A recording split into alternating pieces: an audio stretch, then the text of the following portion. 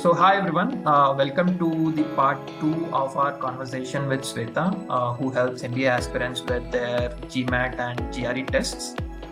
Our first part majorly focused on the importance of these exams, GMAT versus GRE, and the recent changes to these exams. We will share the link to part 1 in the comment section. In this episode, we will discuss few more common questions and dilemmas that candidates would have while preparing for GMAT or GRE exams. Welcome back, Shweta. And good to be back. Yeah. So the first question is, and this is one of the most common questions that we get as admissions consultants, right? That as an applicant, what is the score that one should target given his or her profile? What would be your answer to that? So that's subjective to what schools you are targeting. If you are targeting the top 7 schools, also known as the grade M7, then you need at least a 740 irrespective of who you are, irrespective of your gender. If you are an Indian male engineer, then you probably would do better with a little more than that. So 740 is like a baseline, or let me say minimum you can go is 730. But the higher, the better. Most students who work with me, they target a 750 and above. In the last 2 months alone, we have 7 people with 760 and many, like scores of 740s. But so I think 740 is where you start with. But if you're looking at top 15, top 20, then even a 720 can be good. So what school you are targeting, that is important. Got it. Understood. And let's say, let's go domestic for a while, right? Let's say if you look at ISB in particular, where the average GMAT score is around 720 and GRE score is around 328. So there, for folks who are targeting ISB, is it fair to say that it depends on their profiles as well? That's true for any school. I know of a student of ours who last year went to HBS with a 710. So this year, that too in round 2, we have 2 candidates who had a 730 and they have converted HSW with that 730. That too in round 2, which is unusual. So yes, it depends on your profile and who you are. Your story has to carry more weight than your score. We know of people who had a 780 score and still got rejected from Harvard. So the score alone is not going to carry your application, but the score provides a competitive edge. Among my student community, I've seen people from 710 to 730 go to ISB. And similar schools in the same league are LBS. You have INSEAD, but then I've also seen somebody with a 750 go to an INSEAD. So it's a little subjective. But yes, the schools in the same league would be ISB, LBS, INSEAD, HEC Paris. You might look at a Ross or a Tuck or a Darden in the US. Got it. Understood. And if you look at the candidates pool as such, right, some of them find it difficult to prepare for these tests while working. They occasionally tend to go for this gap period so that they could solely focus on the prep. Is that recommended? My first question. And the second question is, if not, then how to successfully overcome this dilemma and eventually ace the tests? I wish I had a loudspeaker somewhere here so I could shout it out. When you are in college, please, I'm begging you, take your GMAT or GRE. Your score is valid for 5 years. Or the best time to take it is last semester. You're waiting for your the placement to begin. You've gotten placed. You have 6 months to kill. That's the ideal time with zero pressure in life. You are still a student. You're able to think like a student, study like a student. Right. It's not so much about finding time to study. It's about putting in those 2 hours a day and making those 2 hours productive. As you and me are both working people, imagine if we had to get back to studying now, it would be very painful. It's painful to concentrate. And as you add complications to life, you start working, some complications get added. You get married, there'll be so many more responsibilities. As you add responsibilities to life, it just gets more and more difficult to concentrate while studying. It's not just about taking out the time. So number one, if you can, as a student, please get done with these exams, get them done with in your last semester or just before you join your jobs. Now, if you're working, what should you do? If you've missed the bus, then when you are in between jobs, not taking a break, don't hurt your financial interests. But when you are in between jobs, it's a good idea to negotiate on the joining period. Can I delay my joining by 2-3 months? Can I take it a little easy on my notice period? And so that's a great time I get. If I have 3 months notice period and another 2 months relaxation in joining, I get those 4 to 6 months in hand to work on the exams and maybe the applications also. If that's not possible, I am in my job and it's not possible for me to change, look for a break, I am not in favor of taking a sabbatical.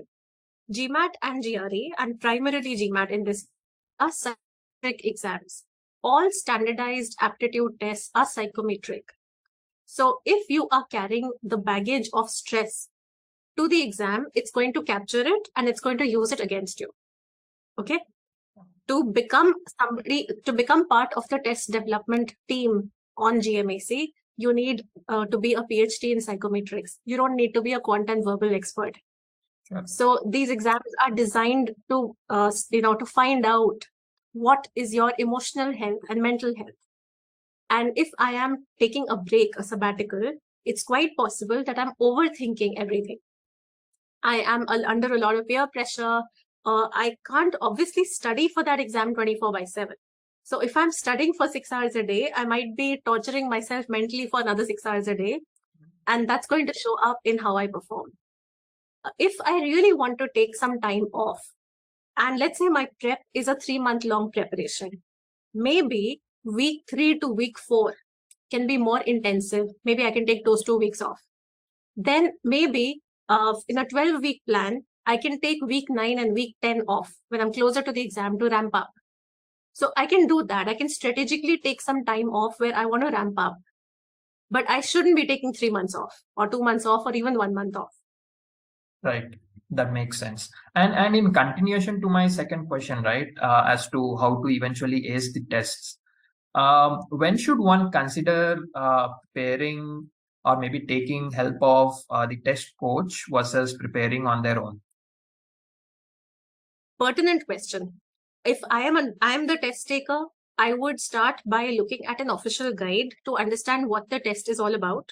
I'll solve through one official guide on my own. And I would go to the official website, take any one of the practice tests which are free. Usually 2 tests at least are free on each of for the exams. Now that gives me a very good diagnostic score. If my target, for example, is a 720, and at that point my diagnostic is a 700, I'm sure I can use existing resources online to push myself to that 720. Right. But if my target is 720 and my diagnostic score is 580, I definitely need help. So to be smart enough to know when to take help. Okay, got it. And I know there's no one correct approach. You have several approaches of acing the test. So what's your take, as in for candidates thinking of applying to MBA programs this year and have not yet started the test preparation process? Can you briefly lay out the study plans, preferably along with the timelines for both the tests, taking into account the approaching R1 deadlines? R1 deadlines are in September and we are already in the second half of June. Yes. So if someone is targeting R1, it's a very difficult call right now because it's not just about the exam. Maybe one can crack the exam in 2.5 months, but how can you do the exam and the applications together in that much time? That's going to be a very big challenge. So either I would do the exam along with applying to just 1 or 2 schools. I wouldn't be over ambitious in terms of how many schools I want to apply to in round 1. And I would spread out my applications over round 1 and round 2. Or I would not apply in round 1. In the next 2-3 months, I'd focus on the exam and then do my applications in round 2. So somebody who's starting afresh may not be able to apply to 4 to 10 schools in round 1 in this timeline. And if you are in a situation where you think you can, do the exam and maybe do 1 or 2 schools along with it, then please ensure that you are giving, let's say, 3 to 4 hours a day to your exam prep and another 3-4 hours a day to the application process. If you don't have that kind of time to spare, this is not the right time to do both together. Do only one, do only the exam. Deadlines are irrelevant if I don't have a score. So no matter what deadline you're chasing, you first have to sort out your score. Okay, and like I said, these are psychometric exams. So if you increase the pressure points, if you increase the sources of stress, that's not going to get you a good score. You have to find out ways to de-stress, not the other way around. Not that I have a consultant breathing down my neck, I have paid so much money, there is a deadline to chase, now I need a score. That's not how you get a score. Right. So somebody who is otherwise prepping, irrespective of deadlines, should have a healthy 3 to 4 months in hand. It's a psychology principle, okay? That if you do something consistently every day, at least for half an hour a day over 3 months, that's when you hit peak performance form. We're a cricket crazy country. We understand being in form. So if you want to be in form to perform, you need to give it, let's say, half an hour a day minimum, could go up to 4 hours a day, to for about 3 months. For some people, the peak performance can come as early as 2 months, 6 weeks, 2 months. Average is 3 to 4 months. And so it has to be consistent. Consistency wins over the number of hours you're putting in. If you're putting in 12 hours a day on the weekends, that's not going to be as productive as studying a little bit every single day. Got it. So start with quant and verbal. Once you have mastered the basics, add to the level, go to the 600 to 700 level, 700 to 800 level, then do a lot of practice tests. Okay, doing a test should become like second nature. You shouldn't feel any harassment whatsoever sitting through the exam. It should be like, hey, I do this every day. What's the big deal? And then you're ready for the exam.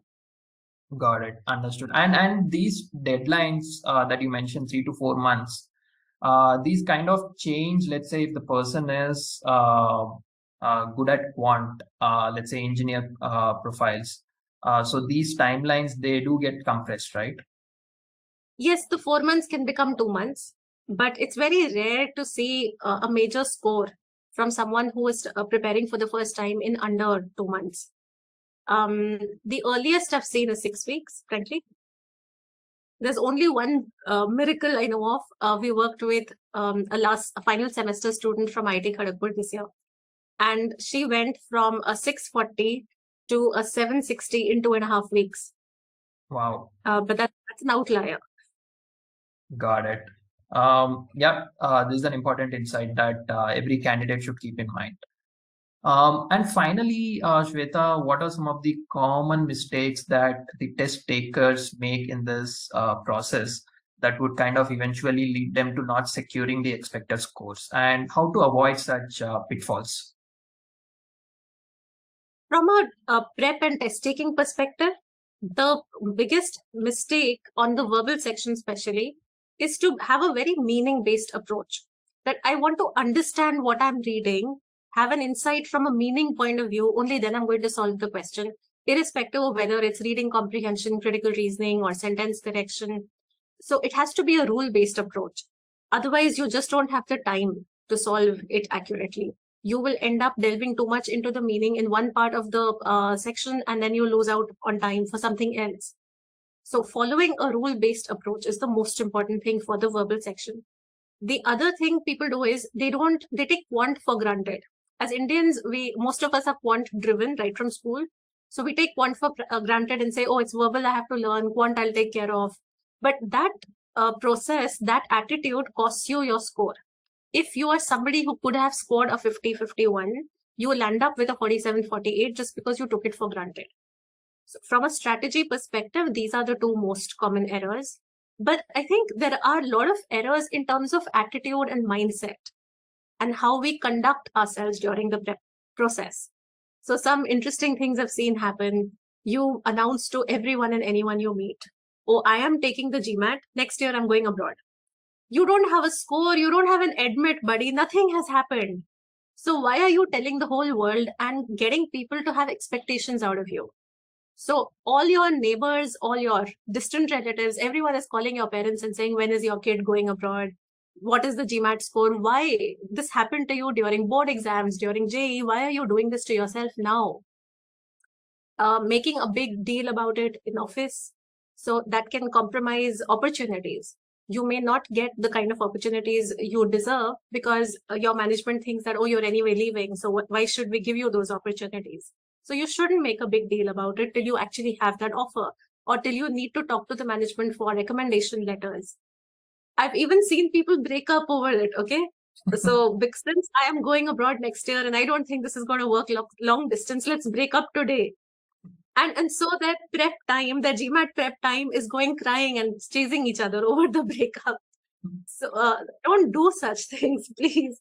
I've been saying that it's a psychometric test. Your job is to keep your stress levels low. So don't do anything dramatic, and don't invite trouble. Don't trouble unless trouble troubles you. Got it. Got it. Well, that brings us to the end of this part 2 of the podcast. Thanks a lot, Shweta, for such detailed explanations to our questions. I'm sure this information will help a lot of candidates in their GMAT GRE preparation. And yeah, thanks a lot. Pleasure on mine. Bye. Thank you. Bye.